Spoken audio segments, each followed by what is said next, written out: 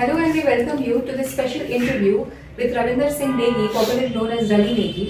He won the Patparganj seat with 74,000 votes. He is the face of BJP in East Delhi and popular among the masses for his fierce and direct approach on various issues. He gained a lot of popularity during his assembly campaign when PM Narendra Modi touched his feet, Today he is going to talk to us about his action plan in East Delhi, things that he has planned for his Vidhan Sabha area and what more needs to be done for East Delhi. Welcome to this interview, sir.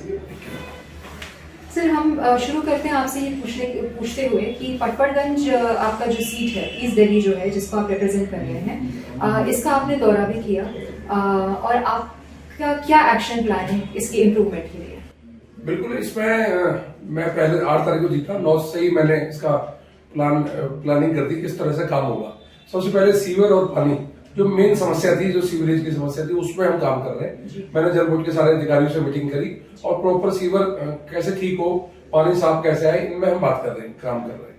और दूसरा मैंने जो झुग्गियों में जो नशा बिक रहा है, जो अफीम, गांजा, शराब, इस तरह का तस्करी के काम हो रहे, उनको कैसे रोका जाए, लॉ एंड ऑर्डर कैसे सही हो और सुरक्षित माहौल कैसे मिले, इनमें भी मैं काम कर रहा हूँ। सर, लॉ एंड ऑर्डर से एक सवाल आपसे पूछना चाहेंगे। प्रेजेंटली हमारे होम मिनिस्टर अमित शाह जी ने हमारे newly elected chief minister Rekha Gupta के साथ और दिल्ली पुलिस के साथ मीटिंग करी टू डिस्कस कि लॉ एंड ऑर्डर दिल्ली में कैसे इम्प्रूव हो। द बिगेस्ट पॉइंट उसमें से निकला अबाउट द इलीगल इमिग्रेशन, जो रोहिंग्यास के हो गए, बांग्लादेशी इमिग्रेंट्स हो गए, जिस पर कड़ी कार्यवाही शुरू हो चुकी है। तो सर आपने भी एक स्टेप लिया था जिसमें आपने ये कहा था कि जो इंक्रोचमेंट्स हैं, जे क्लस्टर्स हैं, इस पर काफी स्ट्रिक्टली काम किया जाए ईस्ट दिल्ली में, इसके बारे में थोड़ा कुछ। बिल्कुल, जो भी गवर्नमेंट की जमीनें जो एंक्रोचमेंट कर रखी है कुछ लोगों ने, कुछ विशेष समुदाय के लोगों ने या किसी ने भी कर रखी है, तो एंक्रोचमेंट को खाली कराया जाएगा।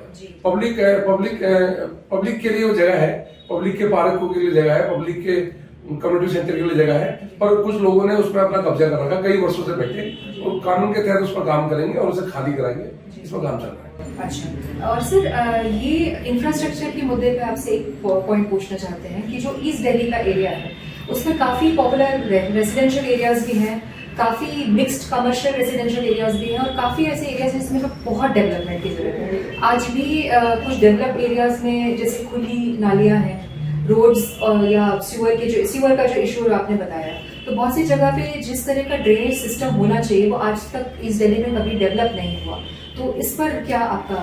ये एक्चुअली क्या है, 15 साल जब कांग्रेस रही और 12 साल आम आदमी पार्टी रही। जब कांग्रेस थी उस टाइम जब मकान थे तो एक मकान में एक व्यक्ति रहता था। आज पॉपुलेशन बढ़ गई है, आज उसी मकान में 10 परिवार रह रहे हैं। और आप यकीन करें ना करें, पर लाइन वो 93 में जो बीजेपी की सरकार में जो लाइनें डली थी, पाइपलाइन, वही लाइनें आज 2024 में हम खड़े हैं। 28 साल से कोई लाइन चेंज नहीं हुई। तो इसलिए उस पर काम करना जरूरी है, तभी जाके हम इंफ्रास्ट्रक्चर हो गया, ये नालियों का हो गया, इसकी निकासी होगी, तभी जाके ठीक होंगी, जब सारी पाइपलाइनों में काम होगा। राइट, बिल्कुल सही कहा आपने सर। अब दिल्ली एलजी का भी एक फोकस बहुत रहा है about all these garbage dumping areas. Ghazipur उसमें से एक साइड है, तो ऐसे इस चीज पे आपका क्या फोकस रहेगा सर? बिल्कुल, जो कूड़े के पहाड़ हैं, जो कूड़े के ढेर है, उनमें काम बहुत तेजी से चल रहा था जब निगम में हम थे, और हमारे सांसद उस टाइम गौतम गंभीर थे, उनके अगुवाई में काम चल रहा था। पर जैसे ही अचानक निगम में आम आदमी पार्टी आई, इन लोगों ने उस पहाड़ को और बड़ा कर दिया। जितना हमने कम किया था उससे डबल इन्होंने कर दिया। अब मुझे लगता है कि अभी हम दिल्ली में आ गए, मुझे लगता है इसमें काम होगा और काम शुरू भी हो गया, और निगम में भी आना हमारी उम्मीद है कि हमारा मेयर बन जाएगा निगम इस साल, उसमें फिर और काम होगा। सर, एक आपसे सवाल पूछना चाहेंगे कि आप जब कैंपेनिंग कर रहे थे तो उस समय पर आपने वेरियस इश्यूज उठाए। एक फंक्शन में जिसमें प्राइम मिनिस्टर नरेंद्र मोदी भी प्रेजेंट थे, वहां पर उन्होंने आपके पांव छुए। उस जेस्चर से आपको बहुत पॉपुलैरिटी मिली, आपके बारे में बहुत चर्चा हुई, social media, main stream media. कुछ बताएंगे उस इंसिडेंट के बारे में? उस दिन माननीय प्रधानमंत्री जी संबोधन करने आए थे, हमें आशीर्वाद देने आए थे, तो मेरा कुदरती उनसे भेंट हुई। तो कभी कभार लगता है जो हमारे राजनीतिक भगवान बोलेंगे या हमारे राजनीतिक गुरु एकदम हमारे सामने आए, तो आदमी एकदम सॉफ्ट हो जाता है सब कि क्या करें। मैंने उनके पैर छुए तो अधिकतर आपने देखा होगा उनको पैर छुआना अच्छा लगता नहीं है, तो उन्होंने रिप्लाई में मेरे को मना किया। तो जो भी हुआ वो सबने देखा, पर कहीं ना कहीं मेरी आस्था है प्रधानमंत्री जी के, क्योंकि प्रधानमंत्री जी जो काम कर रहे हैं गरीब कल्याण के लिए, देश के लिए, गरीबों के लिए, मुझे लगता है वो भी किसी बहुत बड़े अच्छे महापुरुष हैं। तो इसलिए मैंने उनके पैर छुए जी। और उन्होंने रेसिप्रोकेट किया, उन्होंने मना किया मुझे और उन्होंने जवाबी कार्रवाई में जो भी कहा। जी। सर एक्चुअली एक और वीडियो आपका काफी वायरल हुआ था जिसमें जब आप जीत गए और फिर आप आपकी विधानसभा के ऑफिस में गए और आपने देखा कि बहुत सी चीजें वहां पे मिसिंग थी और आपने एक वीडियो आपने उससे शूट किया था, उसके बारे में कुछ बताएंगे सर? हाँ बिल्कुल, जो सिसोदिया जी का जो डिप्टी सीएम साहब का कार्यालय था, वो कार्यालय विधायक के लिए अलॉट होता है। उस कार्यालय में जो भी संपत्ति होती है वो सरकार की होती है। और मैं जिस दिन मैं गया उस कार्यालय में देखने, तो मैंने देखा कि सारी संपत्ति वहां से गायब थी, सारी कुर्सी, चेयर, कंप्यूटर, एसी, सारे सामान वहां से गायब था। तो मैंने संबंधित अधिकारियों को बोला, डिपार्टमेंट को बोला, मैंने इस तरह का गलत है, तो उन्होंने लिस्ट बनाई उसकी, और उसमें जो इनकी जांच होती है वो जांच होगी, विभागीय जांच होती है, उसमें ही करेंगे। उसमें करेंगे, ओके। सर एक आखिरी चीज आपसे पूछना चाहेंगे कि जो लॉ एंड ऑर्डर का जो मुद्दा है, सो इसमें आपकी क्या प्रतिक्रिया है कि ईस्ट दिल्ली में लॉ एंड ऑर्डर और कितना स्ट्रिक्ट होना चाहिए? बहुत से ऐसे एरियाज हैं जो पॉपुलर एरियाज हैं, सो सेफ एरियाज हैं, लेकिन फिर भी वहाँ पे बहुत सी ऐसी गतिविधियाँ होती हैं जो कहीं ना कहीं इलीगल हो या फिर कहीं तरह से क्राइम रिपोर्ट हो।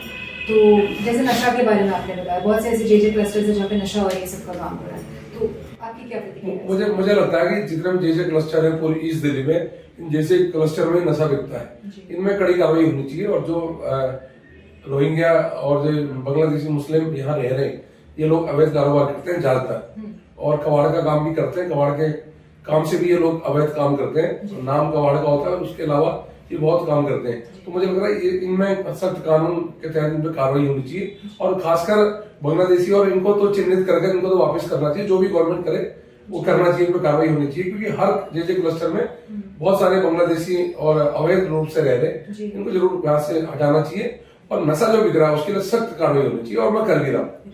To add to it sir कि बांग्लादेशी के अलावा जो हमारे बाकी का जो लॉ एंड ऑर्डर का स्ट्रक्चर है, उसमें आपको क्या और इम्प्रूवमेंट की जरूरत लगती है? मुझे लगता है नाइट पेट्रोलिंग बढ़नी चाहिए, और मुझे लगता है कि स्कूलों के आगे पुलिस होनी चाहिए, डेपुटी होनी चाहिए, वहाँ रहनी चाहिए।